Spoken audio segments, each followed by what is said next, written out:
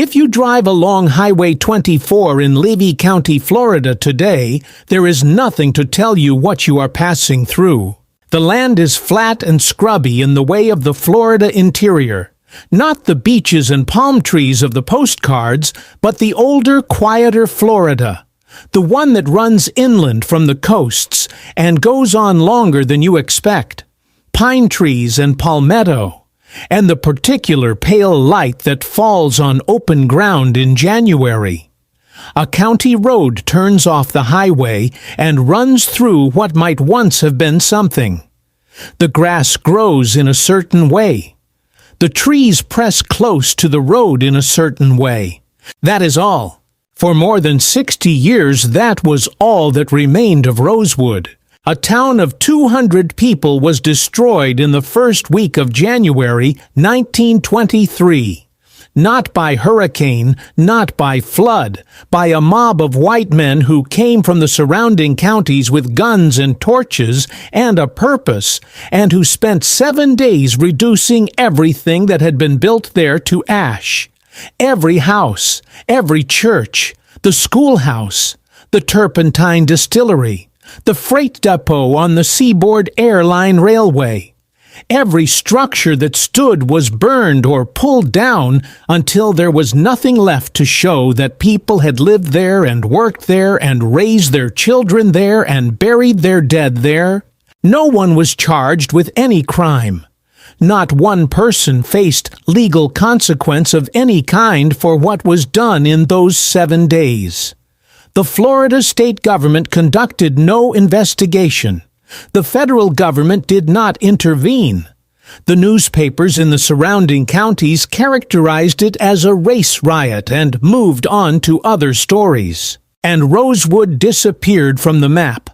Not from memory, the people who had lived there carried it with them every day for the rest of their lives, but from the official record of what existed, of what had happened, of what Florida had permitted, and what Florida had failed to stop. The name was erased from the county register. The land was sold or absorbed by neighboring properties at prices that bore no relationship to what had been taken. The road sign came down. For 60 years, if you drove along that highway, there was nothing to tell you what you were passing through. This is a story about what it means to erase a place, about the particular violence of making something disappear, not just the buildings, not just the people, but the fact of the thing itself. About what the people who survived carried in the decades that followed and how they carried it and what it cost them and what it finally took to bring it into the light. Rosewood in 1922 was not a poor town. That matters, and I want to say it plainly because the story of Rosewood is sometimes told as if the poverty of its residents explains or at least contextualizes what was done to them. It does not. Rosewood was a self-sufficient community, a whistle stop on the Seaboard Airline Railway, a place with its own internal economy and its own institutions. The residents owned land. They owned their homes. They had a Baptist church and a Methodist church and a school. They worked in the turpentine distillery and at the nearby Cummer Lumber Company mill, and some of them had built independent trades. Sylvester Carrier was one of those. He was a craftsman, a blacksmith known in the area for his skill. He was also the music teacher for the children of Rosewood. He played piano and taught the children in the community, and the detail sits with you when you learn it as a specific and intimate thing that gets burned along with everything else. Not just the building, the music lessons, the particular knowledge of a particular man who was good at a particular thing, passed on to children who would now have to carry it somewhere else. Rosewood was mostly black, with one white family, John Wright and his family, who ran the general store. Wright knew his neighbors. He had done business with them for years. That knowledge would matter later in the ways that knowing your neighbors sometimes matters when everything else has broken down. Sumner was the white town a few miles to the west, where most of the county's white families lived. Sumner was smaller than Rosewood. Sumner was poorer than Rosewood. In 1922, in the Florida interior, in a county still organized largely by the hierarchies of the post-Reconstruction South, that comparison carried a specific charge. New Year's Day, 1923, broke cold and clear over Levy County. In Sumner, a 22-year-old woman named Fannie Taylor was home alone, while her husband James, a foreman at the mill, was at work. At some point in the late morning, a neighbor heard screaming from the Taylor house. She found Fannie Taylor inside, bruised and shaken, saying that a black man had entered the house and attacked her. The neighbor called for help. James Taylor was summoned from the mill.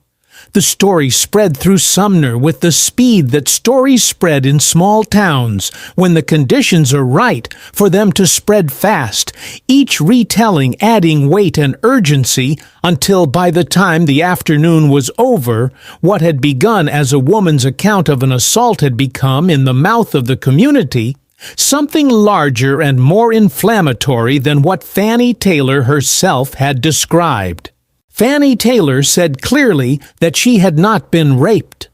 This detail was noted at the time and then set aside. What several people in the community said quietly to each other and not to the authorities was something different. A white man, possibly a man that Fannie Taylor had been seeing outside her marriage, had been observed leaving the Taylor house that morning. He had been seen by more than one person. Nobody said this publicly. Nobody said it to the sheriff. The community, in the way of communities that understand what is about to happen, sealed the alternative explanation away in the place where inconvenient truths go. Sheriff Robert Walker assembled a posse to search for a black man named Jesse Hunter, an escaped convict from a road gang who was said to be in the area. There was no evidence that Hunter had been anywhere near the Taylor house. There was no evidence that Hunter had anything to do with what had happened to Fannie Taylor. His name was invoked because a name was needed, because the thing that was building in Sumner needed something to attach itself to, and Hunter's name was available. The posse fanned out toward Rosewood. What happened in the following 7 days did not unfold all at once. It built. On the afternoon of January 1st, the mob found Sam Carter, a black craftsman from Rosewood. They believed he had helped Hunter escape or had information about him. They took Carter from the road where they found him. They tortured him for information about a man whose presence in the area they had no evidence of. Then they hanged him from a tree. His body was left there. In Rosewood, people heard what had happened to Sam Carter and understood what it meant. The men armed themselves. The women began preparing to move. There was no illusion among the people of Rosewood that the sheriff's posse was interested in locating a particular escaped convict. What was coming toward them was not an investigation. It was something older and more total than that. For 3 days, the mob moved through the edges of Rosewood, searching houses, demanding information, terrorizing families. The sheriff was present for some of this. He did not stop it. He managed it in the way that white Southern law enforcement sometimes managed these events, preventing the very worst outcomes when he could, absorbing the rest as the cost of keeping order, which in Levy County in 1923 meant keeping the peace as the white community defined it. On the night of January 4th, a group of men approached the house of Sylvester Carrier, where a number of Rosewood residents had gathered. The men on the porch believed there were people inside the house who had information about Hunter. Sylvester Carrier and the others inside the house believed the men on the porch had come to kill them. A gunfight broke out. Sylvester Carrier was a good shot. 2 white men were killed and several others wounded before the mob fell back. A black community in Florida had shot and killed white men in defense of their home. The mob that regrouped was not the same mob that had arrived at the Carrier house. Word had gone out across the county and beyond by telephone, by automobile, by the particular transmission system of white rural Florida in 1923, which moved efficiently when it needed to. Men came from neighboring counties. A group of Ku Klux Klan members who happened to be gathered in Gainesville for a rally were among those who heard the call. By some estimates, the crowd that descended on Rosewood on January 5th numbered between 200 and 300 men. They came with guns and with fire. They moved through Rosewood building by building, the church, the school, the homes along the main road. Whatever was not already burning was set alight. People who could not get out in time, the elderly, the very young, those who had nowhere to go, faced what they faced. The specific accounting of who was killed and how many has never been fully established. The official figure at the time was 8, dead 6, black 2 white. Eyewitness accounts and the testimony of survivors gathered decades later suggest the real number was much higher. Some estimates place it at 30 or more. The truth is that we do not know because the people who burned Rosewood did not keep records and the state of Florida did not commission an inquiry. What is not in dispute is what was left on January 7th when the fires went out. Nothing. Every building in Rosewood was gone. Every home that had held a family was ash. John Wright, the white storekeeper, had opened his house on the night of January 4th. He had taken in women and children, neighbors, people he knew, and hidden them while the violence moved through the town. He called in a favor with the train conductor, a man named Bryce, and arranged for the Seaboard airline train to slow its scheduled run through the area long enough to take on passengers. On the night of January 4th and into January 5th, the women and children of Rosewood climbed aboard that train. They did not bring much with them. There was not time, and there was not safety in moving across open ground carrying possessions. They left with what they could carry in their hands. The men could not board. The mob was watching the rail line. A man moving through that corridor in those hours was a man who could be shot. The men who had fought back from the Carrier house and the other men of Rosewood went into the woods and the swamp. They stayed there. Minnie Lee Langley was 9 years old. She was among the children hidden in Wright's house and then put onto the train. She remembered for the rest of her long life the cold of those nights, the Florida January, which is not tropical warmth, but a damp chill that gets into the bones of a child crouched in the dark, waiting for something to stop. She remembered waiting 3 days and 3 nights in the woods before the train came. She remembered the sound of the fires. We stayed out there 3 days and 3 nights out there in the woods. She said 70 years later before the Florida legislature. It hurt me. She was 82 years old when she said it. She had not spoken publicly about Rosewood in the 71 years between that January and that hearing. Not publicly, not to anyone outside her family. The people of Rosewood settled in Gainesville, in Jacksonville, in cities in the north. They dispersed in the way that people disperse when they have been made to understand that the place they came from no longer exists, that going back is not possible, that the ground where they stood is now claimed by other people who have the power to keep it. They did not talk about what had happened. This silence. The silence of the Rosewood survivors is different from the silences in other stories of injustice and community. It was not the silence of people who felt guilty or who were protecting something they had done. It was the silence of people who had learned in the most direct way possible what speaking cost. The men who had burned their town were still alive. Many of them still lived in Levy County. Their names were known.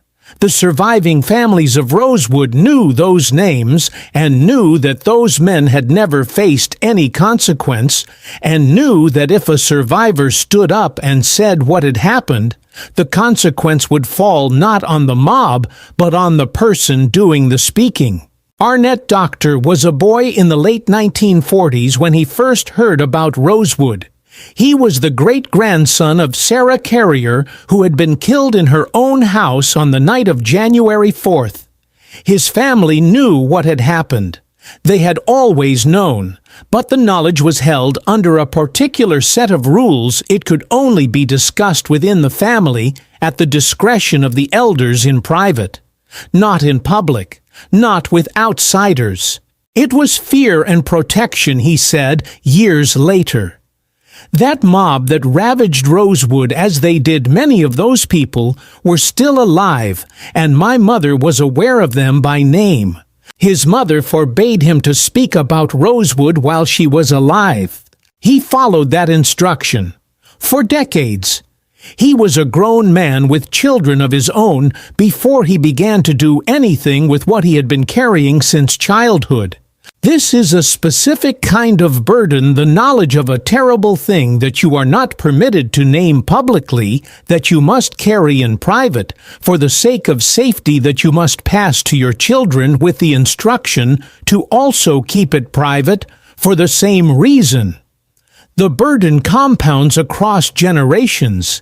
Each generation inherits not only the knowledge, but the silence and the understanding of why the silence is necessary, and the grief of a thing that cannot be mourned publicly, because mourning it publicly is dangerous.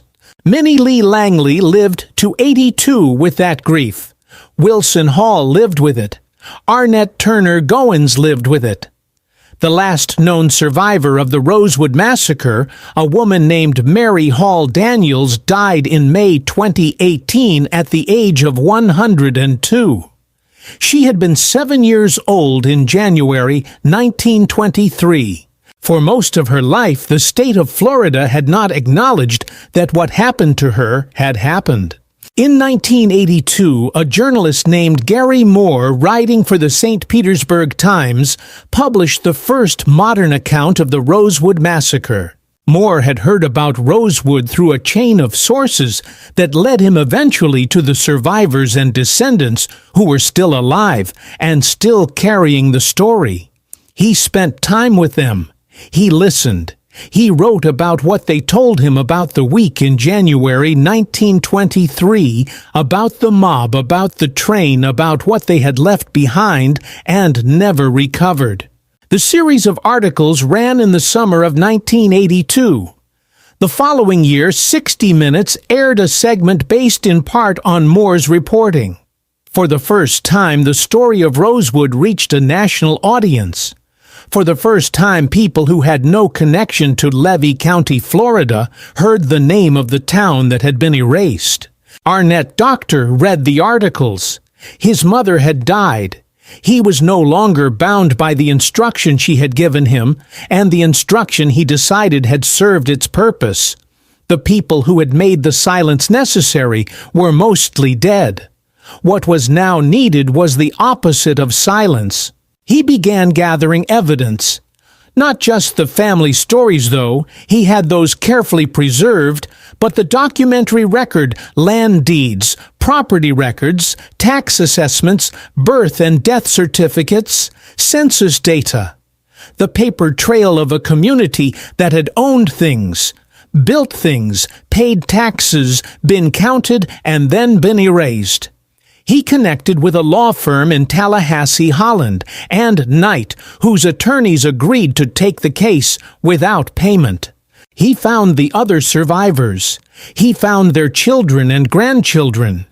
He began the long process of convincing the Florida legislature that something had happened in Levy County in 1923 that the state of Florida was obligated to address.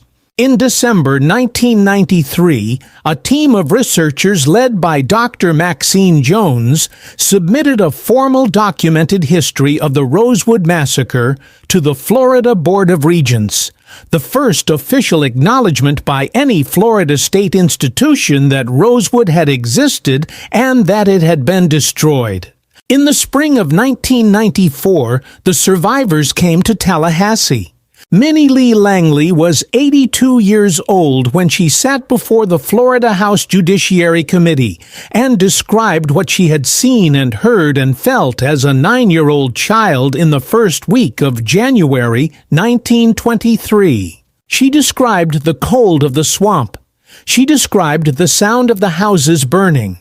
She described seeing the men who had fought back from the carrier house, the bodies of the 2 white attackers laid out on the floor. She described the train. Wilson Hall described watching from the second floor of his family's house, the flames rising from the homes of his neighbors before his own family had to run. Arnett Turner Goins, who had been inside the carrier house that night, described the night of January 4th. They were old people. They had been carrying this for 71 years, and they sat in a government building in the state that had failed to protect them and that had spent 7 decades pretending it had not happened, and they told the truth. The Florida legislature passed the Rosewood Claims Bill on April 8, 1994. It allocated $2,100,000 to the survivors and descendants of the Rosewood Massacre, $150,000 to each of the 9 living survivors, with smaller amounts to descendant families. It established a scholarship fund for Rosewood descendants to attend Florida state universities. The bill also included a finding of formal legislative determination that local and federal officials had in January 1923 sufficient time and opportunity to act to prevent the tragedy, but had failed to act. It was the first time a legislative body in the United States had paid reparations to black people for a racial massacre. The bill noted this: the men and women who passed it seemed to understand that they were doing something that had not been done before. The 9 living survivors received their checks. Minnie Lee Langley received hers. She died in December 1995, a year after the bill passed. She was 83 years old. She had lived 60 years in silence and 1 year in acknowledgement. There is a historical marker at the site of Rosewood now. It went up in the years following the 1994 bill placed by the state of Florida as part of the formal recognition of what had happened there. If you know to look for it, you can find it. If you are driving through on Highway 24 without knowing, to look you might still miss it. The landscape does not announce itself. The ground does not hold the shape of what was once there. The marker tells you the name. It tells you the dates. It tells you what happened. In summary, the attack, the burning, the flight of the survivors. It is small and factual, and it stands at the edge of a piece of ground where no buildings remain, where nothing of what was built there in the 1920s survives above the soil. I think about what it takes for a place to come back from erasure.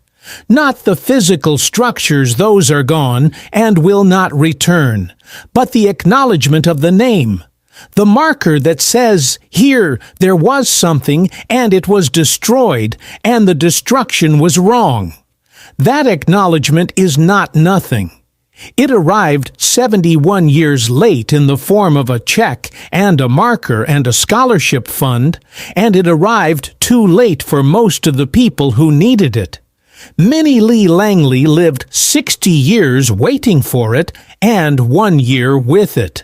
But I also think about what the silence cost the decades of carrying something in private that should have been named in public, the generational transmission of grief that could not be grieved openly, the instruction that Arnett Doctor received from his mother, and that I suspect she received from someone before her, do not speak of this, where it can reach the wrong ears. That instruction was wise. It kept people alive, or at least safer than they would otherwise have been. The people of Levy County who burned Rosewood were still present, still local, still capable of harm. The silence was a form of protection, but it was also a form of ongoing violence, the continuation by other means of what the mob had begun.